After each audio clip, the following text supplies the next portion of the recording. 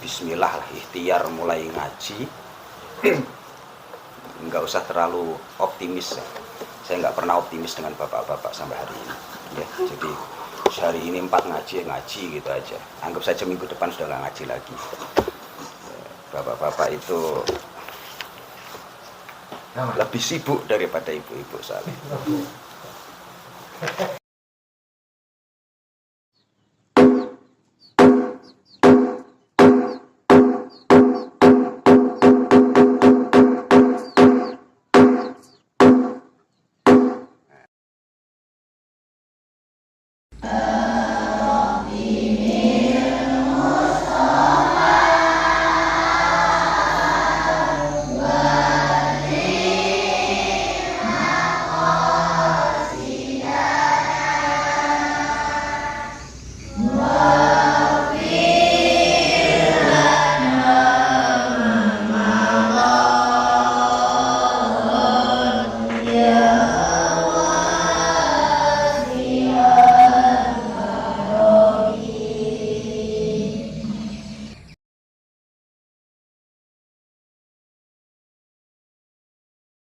Siratal ladzina an'amta 'alaihim ghairil maghdubi 'alaihim waladdallin.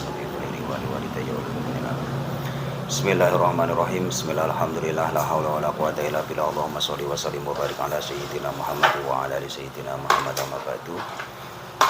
Bapak-bapak yang dimuliakan Allah, alhamdulillah. Bismillah lah, ikhtiar mulai ngaji. Nggak usah terlalu optimis ya. Saya nggak pernah optimis dengan bapak-bapak sampai hari ini ya. Jadi hari ini 4 ngaji gitu aja. Anggap saja minggu depan sudah nggak ngaji lagi. Bapak-bapak itu lebih sibuk daripada ibu-ibu soalnya.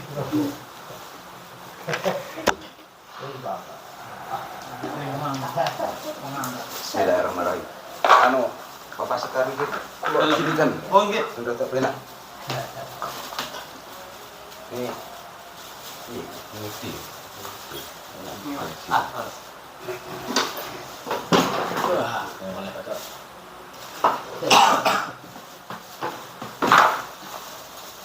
saya ulangi sedikit. Ini kita rencana itu mau ngaji fikih.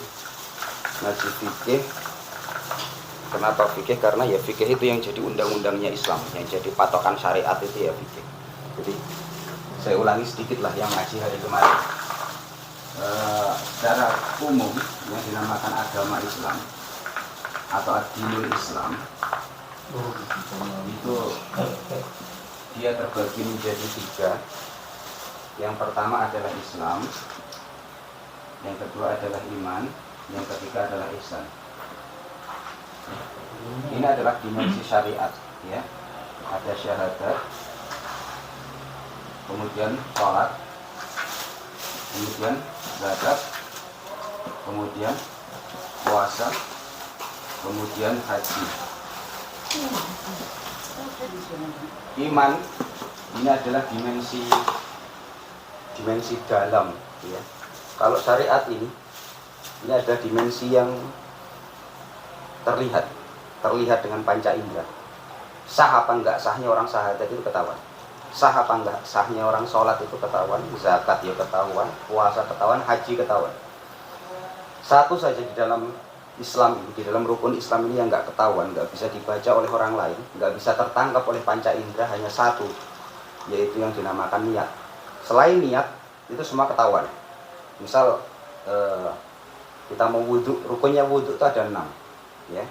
Niat, membasuh muka, tangan sampai siku, sebagian kepala, kemudian kaki sampai mata kaki. Nah, di antara 6 ini yang paling nggak ketahuan kemudian terakhir tertib ya. Di antara 6 ini yang paling nggak bisa dibaca oleh panca indera adalah niat. Nggak ada yang bisa tahu bahwa saya niat wudhu atau enggak, saya niat sholat atau enggak. Kenapa? Karena tempatnya niat itu ada dalam hati.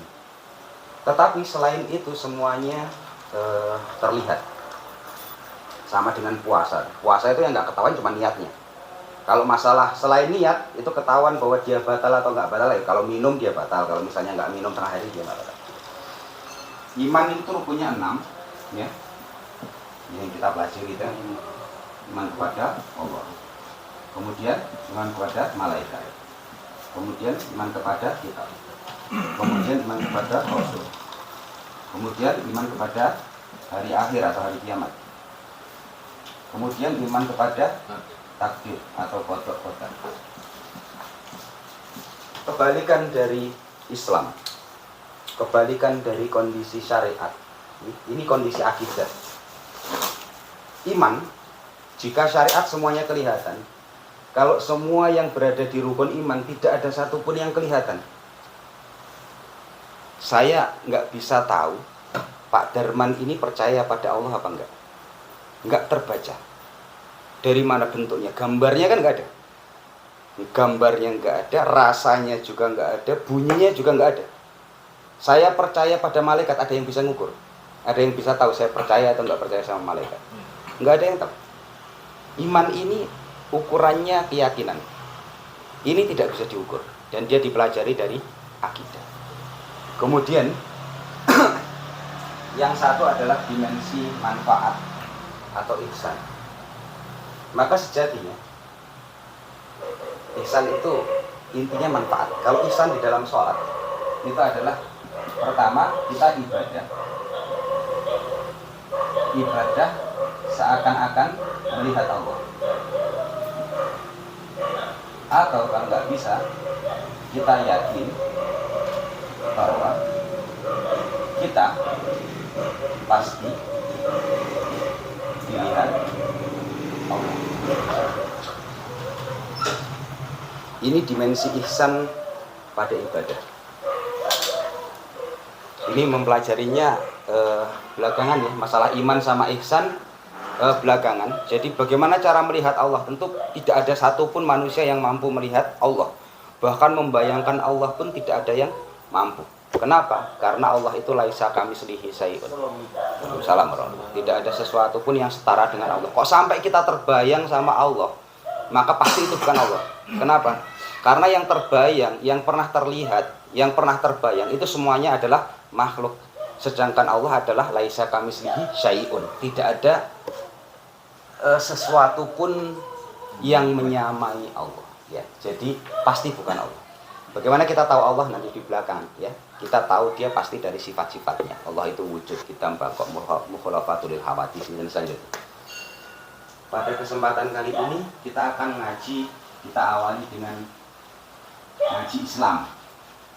Karena yang paling bisa dibuat ngaji santai cuma ini dok, yang bisa sambil ngopi makan kacang ya ini. Kalau sudah ngaji iman itu sudah susah mau santai ya, dan susah mau terputus karena repot kalau terputus ya. Bagusnya adalah urut. Kalau ini masih boleh lah, terputus-putus masih boleh. Misalnya sekarang ngaji, besok nggak ngaji. Tapi kalau kita ngaji masalah akidah, bagusnya tidak terputus karena agak repot. Ya. Sudah. Pendahuluan. Santai aja Pak. Ini kan bukan pelajaran sekolah. Oh iya.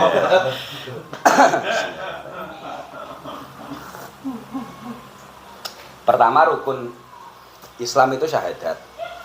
Syahadat terbagi menjadi dua. Yang pertama dinamakan syahadat apa? Kita kan membaca dua kalimat syahadat kan?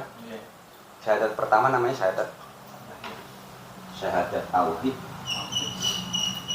Syahadat tauhid. Apa itu syahadat tauhid? Bacaan asyhadu an la ilaha illallah. Membacanya asyhadu alla ilaha illallah karena nun sukun ketemu lam, itu bacaannya idgham bila gunnah sehingga ketika an la dibacanya Allah. Tapi kalau nanti bapak-bapak semua lagi nuntun orang untuk syahadat, kan biasanya kalau nuntun syahadat itu mesti dipotong-potong loh. Tek tek tek, nggak bisa langsung delujuran satu kali kalimat. Makanya kalau nuntun syahadat itu jangan asyhadu al, jangan al ya. Karena bunyi al itu sejatinya adalah Allah, dia dibaca Allah. Makanya ketika menuntun orang untuk masuk Islam, menuntun orang untuk syahadat, menuntunnya kata per katanya begitu. Asyhadu an la ilaha illallah. Itu syahadat tauhid. Kemudian yang kedua disebut syahadat Yang satu syahadat tauhid, yang satu disebut syahadat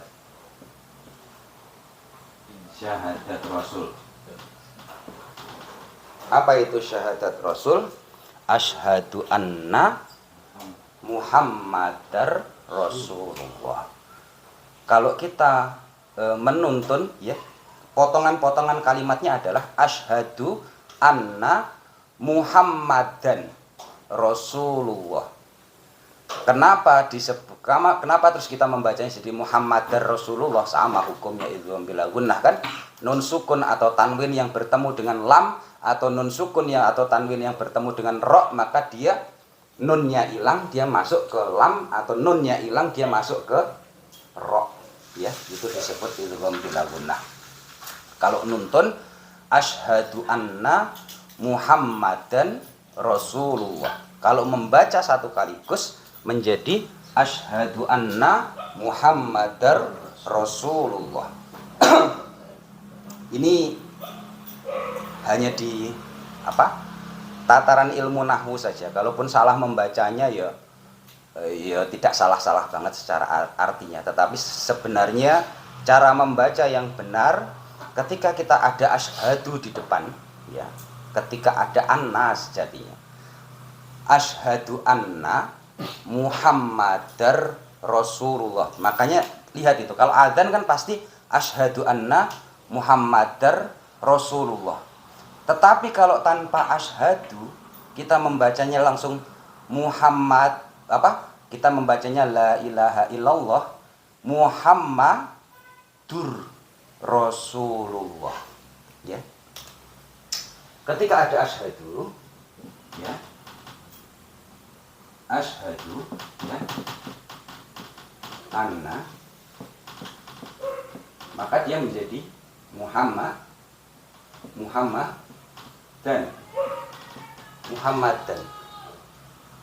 maka dia membacanya asyhadu anna Muhammadar Rasulullah pakai dar.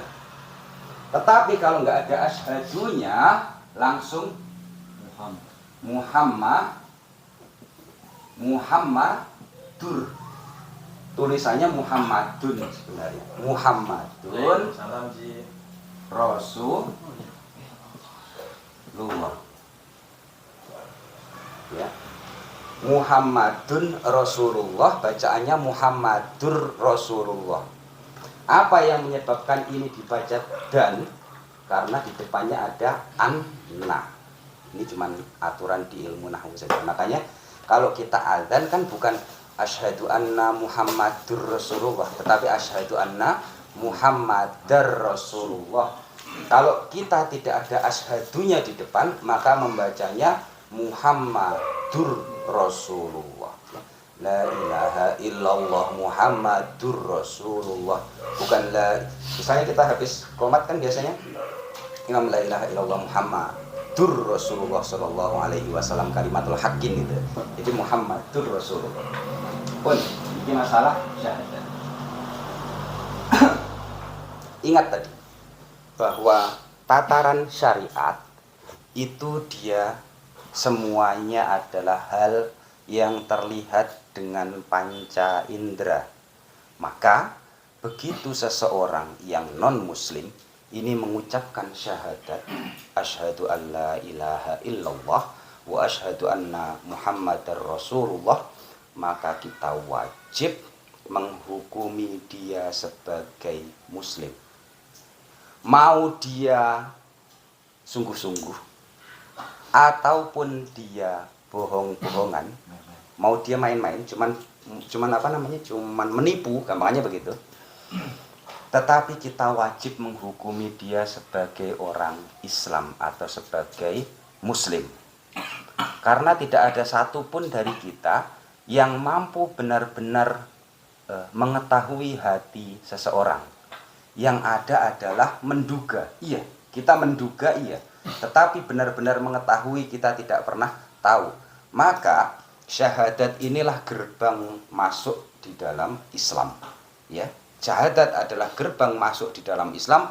Mau seseorang sungguh-sungguh atau seseorang bohong-bohongan, tidak ada yang tahu. Pokoknya sepanjang dia bersyahadat, saat itu kita wajib menghukumi dia sebagai orang Islam. Pernah terjadi zaman Rasulullah, ada seorang sahabat pas perang, ini ceritanya pas perang, terus kemudian ada salah seorang musuh itu jatuh, terus kemudian begitu dia mau dipenggal kepalanya, ya, mau dibunuh dia, kemudian dia mengucapkan syahadat. Tetapi sahabat ini tidak percaya dengan syahadatnya, ya, tidak percaya dengan syahadatnya. Terus kemudian dia tetap dibunuh. Begitu Rasulullah dengar, kemudian Rasulullah marah. Kenapa kamu membunuh sesama muslim, kata Rasul. Kenapa kamu membunuh sesama muslim? Sahabat ini apa istilahnya? Ngeyel lah ya, berargumen lah gampangnya.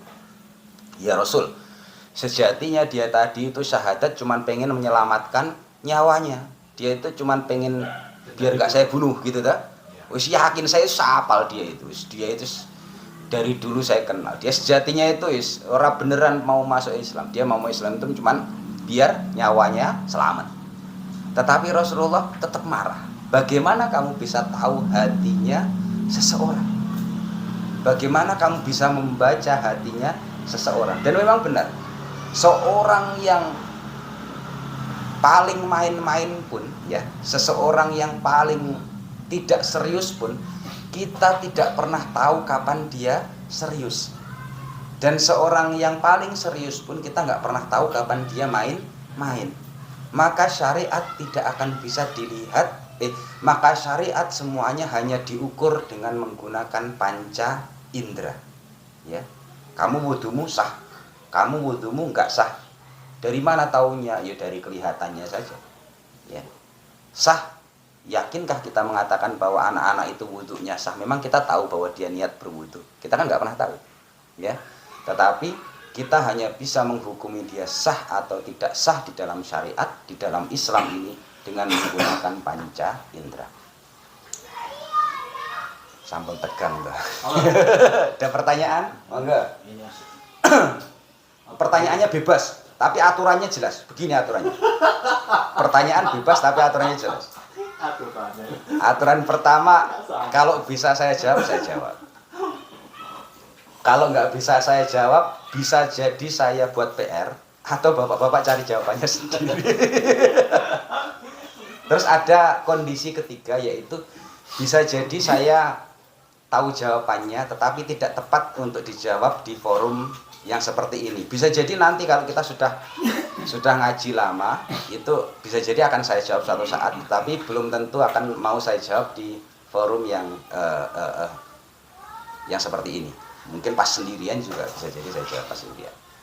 Itu sedikit, itu kemungkinan ketiga itu cuma sedikit. Yang paling banyak kemungkinannya adalah saya nggak tahu. Jadi si bapak-bapak cari jawabannya sendiri. Monggo, ada pertanyaan?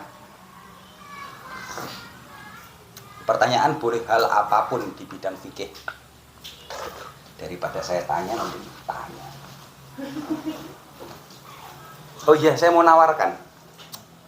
Kita ngaji mau pakai sistem begini, tapi resikonya begini, ini nggak nyantol. Nggak nyantolnya begini. Kalau kata Imam Syafi'i, ya kata guru-guru saya, semualah guru-guru kita. Ilmu itu seperti barang buruan, seperti binatang buruan. Dia harus diikat dengan buku dan pena. Setidaknya adalah ada catatan. Nah, kalau bapak-bapak mau, kita ngaji pakai kitab tipis saja. Nggak harus ini. Ini kitab Mabadik Fikih, kitab fikih yang tipis banget lah ya, fikih awal. Bahasanya Arab iya, cuman nanti kan bisa kita tulis. Dan kalau kita tulis sendiri kan lebih lebih nancep. Sambil sedikit-sedikit kita belajar bahasa Arab. Paling nggak ngerti lah artinya anta ya apa gitu kan. Sedikit-sedikit biasanya 1 kali 2 kali 3 sudah tengah halaman begini. Nah, sudah tengah halaman begini kita sudah mulai semakin sedikit memaknai. Kalau anak-anak semakin tengah halaman dia memaknai semakin sedikit. Kenapa? Sudah paham, maksudnya sudah paham, jadi nggak lagi memaknai karena sudah bahasanya sudah umum. Kalau mau nanti saya kopikan kitab ini, seenggak-enggaknya gue duen-duenan, biar punya gitu saja. Siapa tahu taruh di depan buat jimat.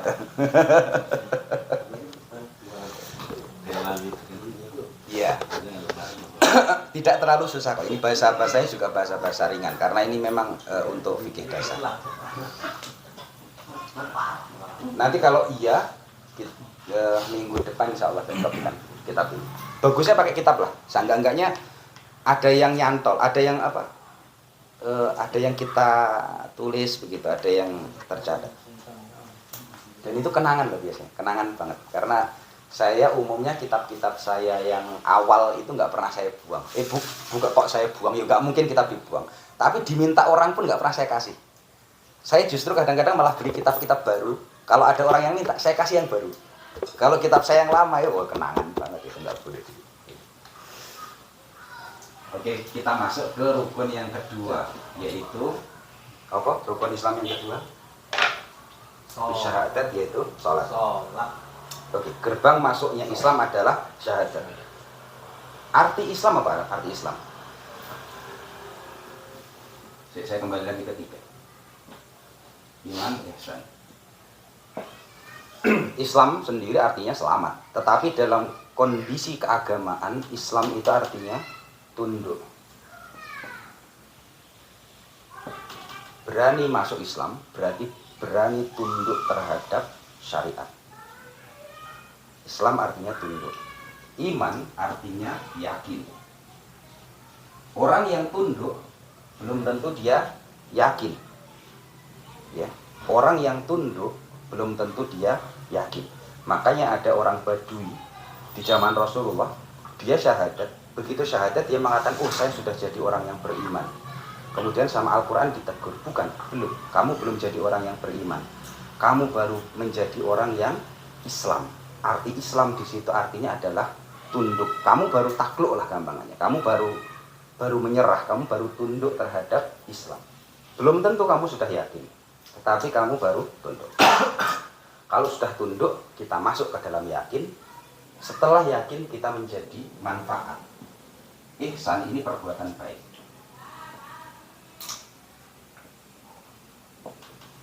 Makanya ya kalau orang Islam sholatnya bagus, dia bilang imannya bagus, segala macam, kelakuannya nggak karu-karuan, sejatinya dia belum masuk di dalam tataran ad-dinul Islam. Agama Islam itu belum masuk ke dalam diri.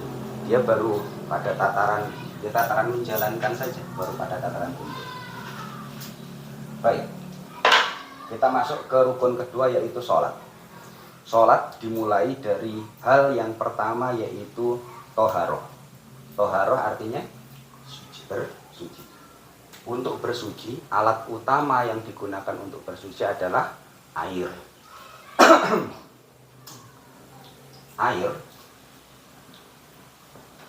itu dibagi menjadi 4. Yang pertama disebut air tohir mutohir atau suci dan mensucikan. Air tohir mutohir ini ada 2 jenisnya. Yang pertama disebut air mutlak.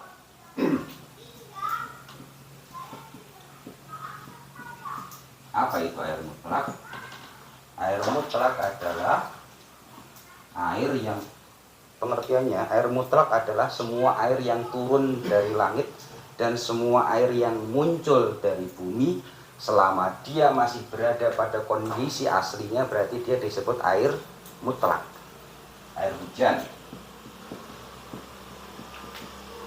kemudian air laut, kemudian sungai, kemudian embun, kemudian sumur, kemudian mata air, kemudian salju.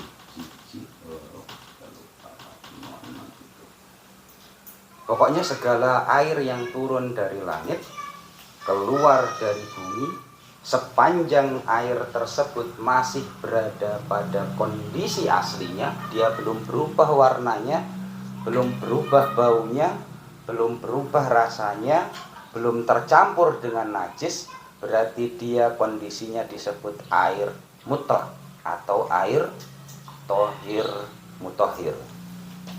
Yang kedua, air asli ini bisa saja dia berubah, tetapi dia tidak merubah kesuciannya. Yang pertama, apa saja yang membuat air asli atau air hujan kek, air sumur kek, air sungai kek, itu berubah, tetapi dia hukumnya tetap suci. Yang pertama, dia berubah karena diam lama. Kalau air ada di satu tempat begitu terus kemudian sebulan, 2 bulan, 3 bulan kan kadang-kadang dia berubah toh. Entah berubah dia jadi warnanya berubah, entah baunya berubah, entah apa, itu tidak merubah kesuciannya. Berikutnya, air tidak berubah kesuciannya jika dia berubah sifatnya dikarenakan ada binatang atau tumbuhan di dalamnya. Misalnya, binatang atau tumbuhan air. Misal, air yang ada ikannya banyak kan biasanya baunya amis ya. Air yang ada ikannya banyak kadang baunya amis. Terus air yang ditumbuhi lumut itu dia warnanya juga berubah, tidak jernih lagi. Nah, air yang berubah seperti itu tidak berubah kesuciannya. Artinya air itu tetap suci. Air itu tetap bisa digunakan untuk wudhu, tetap bisa digunakan untuk mandi. Berikutnya, air yang berubah karena tempat yang dilewati. Misal ini, air tanggul itu ya. Air anunya kita ini. Keruh, iya. Coklat, iya. Tetapi sejatinya statusnya dia tetap tohir mutohir. Ya. Coklat, iya. Dia tercampur dengan tanah. Tetapi memang tanah itulah tempat lewatnya air, ya. Sehingga dia statusnya tetap suci dan mensucikan atau tohir mutohir. Berikutnya, air yang berubah karena kejatuhan benda yang susah dihindari. Misal kejatuhan daun, ada sumur ini kan, ada sumur atau gelombang begitu, kolam lah ya, kolam. Terus kemudian di atas kolam itu, di kampungnya simbah saya itu ada namanya belik. Sini mungkin jarang ya sudah. Belik itu di sana susah banget cari air, itu di gunung. Itu adanya itu dia belik. Belik itu semacam sumber air yang besarnya paling banter cuma sekian. Ya, diameternya paling 5 meteran. Itu tempat orang ambil air di situ cuma di situ. Dia itu di bawah pohon besar begitu. Nah itu seringkali air itu ya keruh gara-gara kejatuhan. Kalau misalnya semalam gitu ya, semalam kan nggak ada air yang ambil dibeli, paling 1-2 orang toh. Jadi ada kejatuhan daun-daun dari pohon di situ, sehingga air itu kena kena jatuhan pohon tadi. Ya. Air yang berubah karena daun-daun tadi itu juga statusnya tetap suci dan mensucikan. Berikutnya, air tetap suci dan mensucikan dikarenakan adanya bau. Bau itu bisa dikarenakan najis ataupun bukan najis yang ada di sekitarnya. Air itu kan sensitif terhadap bau tuh. Nggak percaya itu misalnya ada bangkainya tikus atau bangkainya apa, atau sabun lah ya, sabun. Ada sabun, taruh aqua di dekatnya. Nanti rasanya aqua inilah ada rasa-rasa sabun, ya. Jadi air ini sensitif banget terhadap sesuatu yang ada di dekatnya, baik terkena angin maupun enggak. Nah, sesuatu yang ada di dekatnya tadi sepanjang dia tidak mengenai air, maka air tadi hukumnya tetap suci dan mensucikan. Begini, masalah air yang pertama yaitu suci dan mensucikan. Sekarang, Status air yang kedua adalah suci, mensucikan, suci, mensucikan tetapi makruh. Ya. Kalau istilahnya kitab tohir, mutohir, makruhun. Dia suci, mensucikan iya, tetapi dia makruh untuk digunakan. Jenisnya secara fikih dasar cuma satu, yaitu air yang terjemur sinar matahari di dalam bejana atau di dalam tempat di mana tempat tersebut bisa berkarat. Misalnya air terjemur di drum bekas yang ya drum biasa, drum minyak tanah, drum. Itu kan bisa berkarat kan. Kalau dia air itu panas terjemur sinar matahari, maka kita makruh untuk menggunakannya. Kenapa? Karena Rasulullah melarang kita menggunakan itu karena menyebabkan penyakit kulit atau penyakit kusta, ya, penyakit kulit. Nah, menurut kalau dilihat dari maqasid syariahnya, maksud dari tujuan kenapa Rasulullah memakruhkan penggunaan air, karena air tadi berbahaya bagi kesehatan. Maka kiasnya atau padanannya adalah setiap air yang walaupun kelihatannya jernih, walaupun kelihatannya tidak berubah zatnya, tetapi kok air tadi membahayakan kesehatan, maka hukumnya dia makruh digunakan untuk bersuci. Misalnya air yang banyak kutu airnya, ya. Air yang banyak kutu airnya ini kan nggak kelihatan, kutu air kan nggak kelihatan sama mata kan. Bisa jadi dia jernih, bisa jadi rasanya ya biasa saja, baunya biasa saja, warna bau rasanya ya biasa saja. Tapi kita tahu bahwa air tadi itu kutu airnya banyak banget, maka dia menjadi makruh. Atau kalau yang sekarang lagi tren misalnya air di bawah tambang emas misalnya kan, yang sudah tercemar sama merkuri. Kita secara kesehatan kita paham bahwa kalau kita menggunakan air merkuri itu ya berbahaya bagi kesehatan. Maka walaupun air tadi terlihat jernih, maka bisa jadi dia hukumnya makruh. Kenapa? Karena membahayakan kesehatan. Berikutnya yang ketiga, hukum air adalah tahir ghairu mutahhir. Tahir ghairu mutahhir,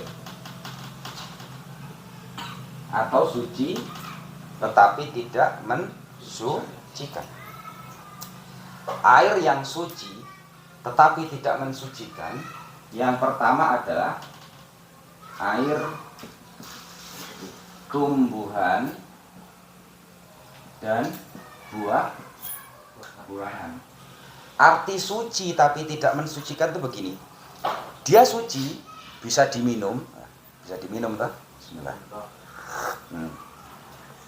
Bisa diminum, bisa dibuat masak, tetapi dia tidak boleh digunakan untuk berwudu, tidak boleh digunakan untuk mandi.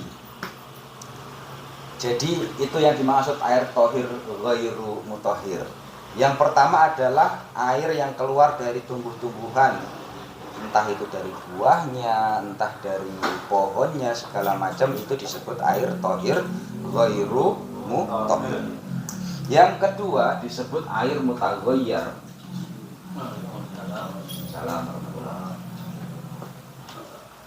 Air mutaghayyir. Apa itu air mutaghayyir? Air mutaghayyir adalah air suci ketemu dengan benda suci. Airnya ini suci bertemu dengan benda suci. Setelah dicampur, maka air tadi berubah. Mutaghayyir itu artinya berubah. Contohnya adalah air kopi, air teh, air gula, dan lain-lain, ya. Gula suci kan? Gula suci. air suci. Gula ketemu air menjadi air gula. Air gula hukumnya suci, bisa diminum, tetapi dia tidak bisa mensucikan, artinya tidak bisa digunakan untuk wudhu, tidak bisa digunakan untuk mandi.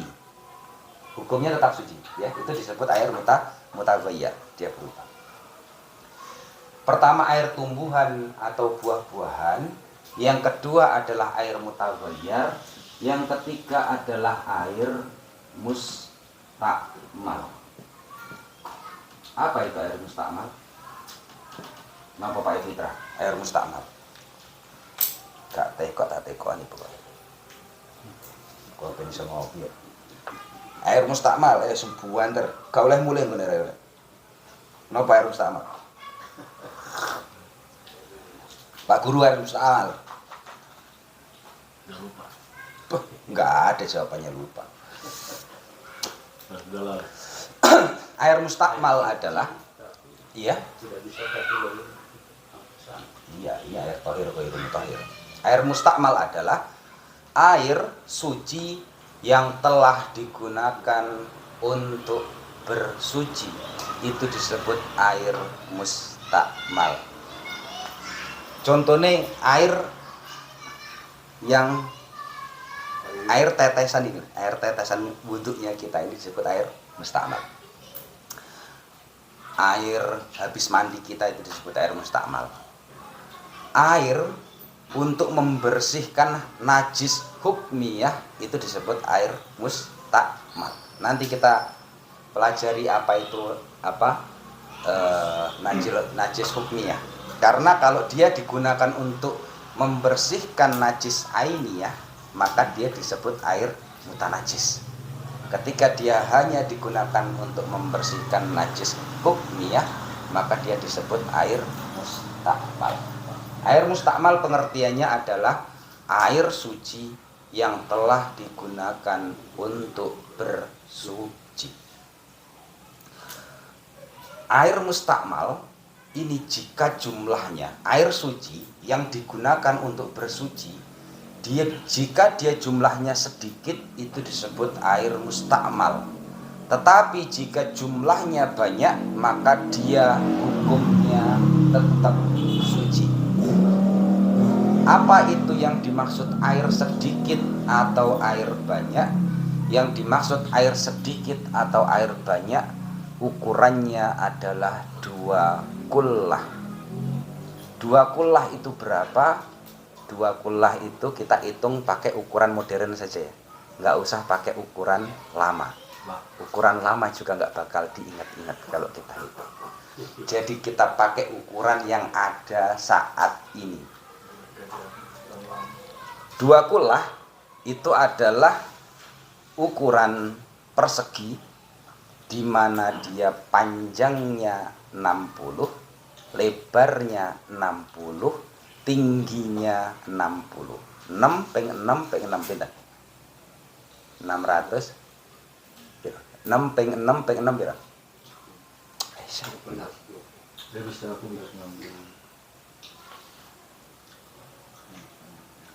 Iya gua HP raman 6 peng 6 peng 6 216 liter. Jadi ukurannya ini.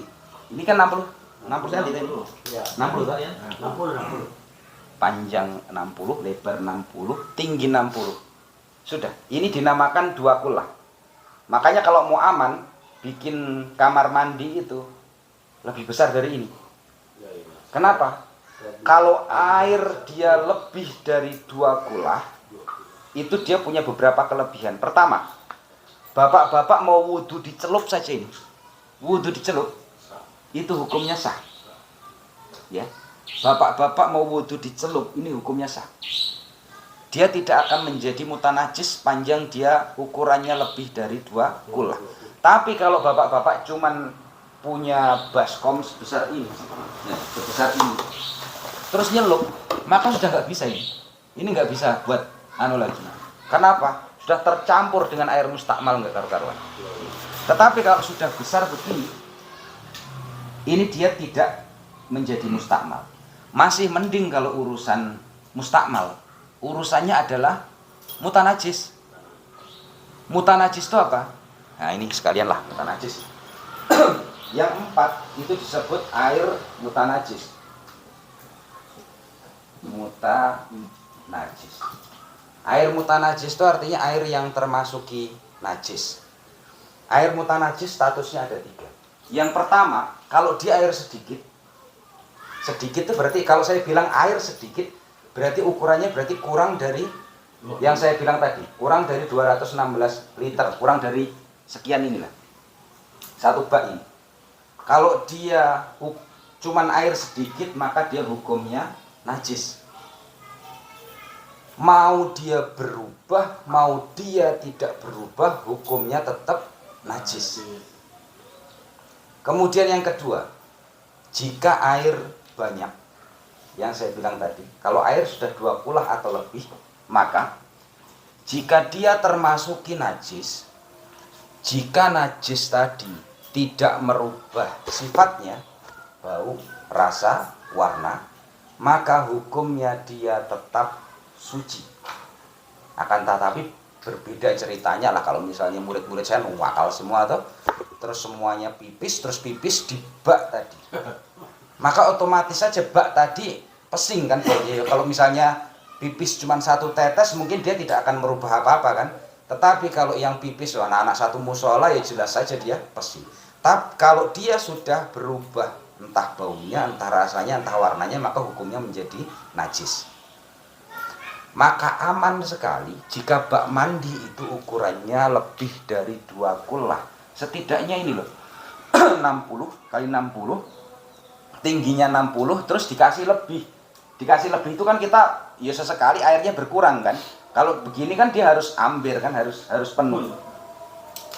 Lebih baik lebih besar daripada itu, sehingga kalau anak-anak kurang hati-hati, misalnya anak-anak kan sering nggak hati-hati, pipis mencolot masuk, atau dia cebok misalnya kan, cebok terus kemudian tangannya ini bisa jadi dia terkena pipis, terus dia celupkan tangannya menggunakan gayung.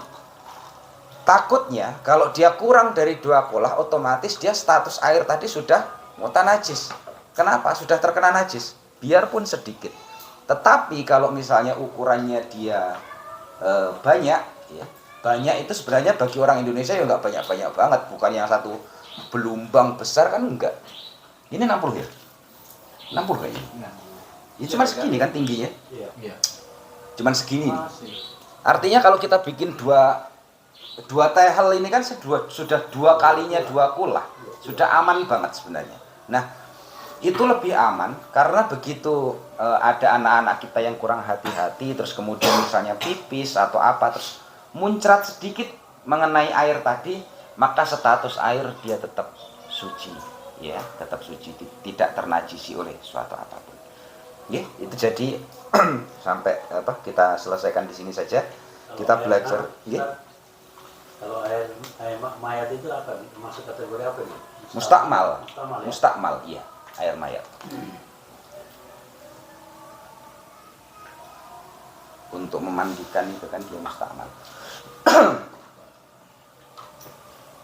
Ada pertanyaan lagi? Pertanyaan bebas loh. Boleh bertanya tentang hukum apapun sepanjang belum ada nisa. Belum tarhim, ding. Tarhim. Oh, boleh tak? Boleh. Terlalu cepat itu. Kenapa? Terlalu cepat gitu.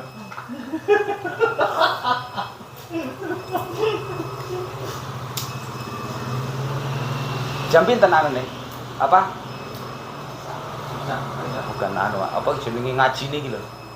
Biasanya wis ngaji nih. Sudah ya wis.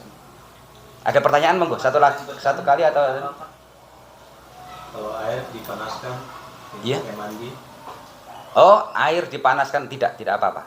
Ya, yang dimaksud dengan air musyammas atau air panas itu hanya satu kategori, yaitu air yang dipanaskan di sinar matahari langsung. Itu yang di dalam bejana yang bisa berkarat, itu saja. Cuman itu tidak ada yang lain. Tapi bisa pakai bersuci air panas. Bisa. Air masak. Bisa.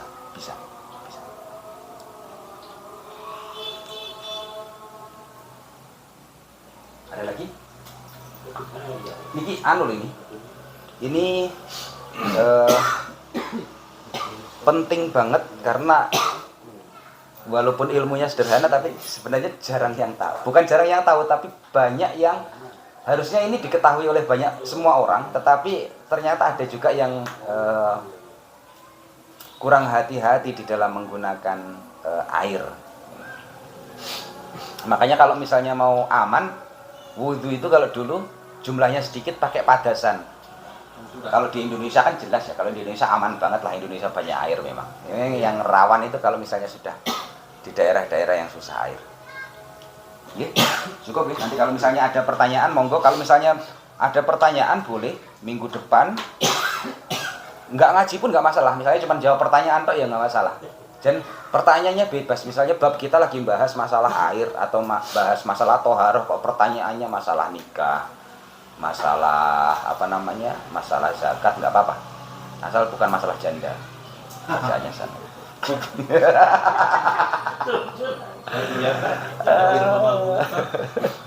Itu kayak ada pertanyaan. Kalau kita butuh tentang terus air dari rambut jatuh ke ini. Air rambut itu jatuh ke apa? Nah, iki sifatnya apa? Niki kalau ini apa niku, kalau yang kita tampung ini cuman satu gayung ya dia langsung jadi mustakmal. Makanya kalau mau aman wudhu itu diambil, ya. Dicelup nggak masalah, tetapi yang paling aman adalah diambil, ya, diambil. Karena begitu air jatuhan ini masuk ke tempat yang cuman sedikit maka dia terhukum mustakmal. Kalau kemarin satu gayung saya jadi pakai mandi itu pakai satu gayung, satu pakai handuk kecil pakai mandi. Tidak masalah, tidak masalah. Jadi begini. Karena krisis air. Iya. Ini mandi wajib tuh yang dimaksudkan. Kalau mandi selain mandi wajib kan tidak ada ukuran ya. Mandi wajib ataupun mandi sunnah. Jadi ukuran ada dua di dalam penempatan air itu yang disebut ghusla dan masku. Membasuh dan mengusap. Ya, membasuh dan mengusap. Mengusap itu kalau di wudhu ya mengusap itu mengusap kepala. Mengusap itu airnya tidak ngalir. Yang penting tangan ini terkena air, terus kemudian dia diusap, itu namanya mengusap. Pak Isa. Nah, mengalir itu sepanjang air itu bergerak, Bapak Ian. Sepanjang dia bergerak. Jadi walaupun bergeraknya dia cuma sedikit, itu sudah bisa disebut ghusla. Apalagi di dalam hukum darurat. Nanti kita akan belajar, kalau sudah belajar kaidah fikih, itu pokoknya setiap kesulitan pasti ada kemudahan. Itu enak banget nanti. Tapi nanti belakangan lah, jangan belajar kaidah di depan. Rusak nanti kalau belajar. Asli ngakal-ngakali fikih. Kaidah itu di belakang dipelajari. Kalau kira-kira datangnya ya 80% kehadiran baru boleh belajar kaidah. Oh iya iya. Wallahu a'lam bishawab. Assalamualaikum warahmatullahi wabarakatuh. Waalaikumsalam warahmatullahi wabarakatuh. Ini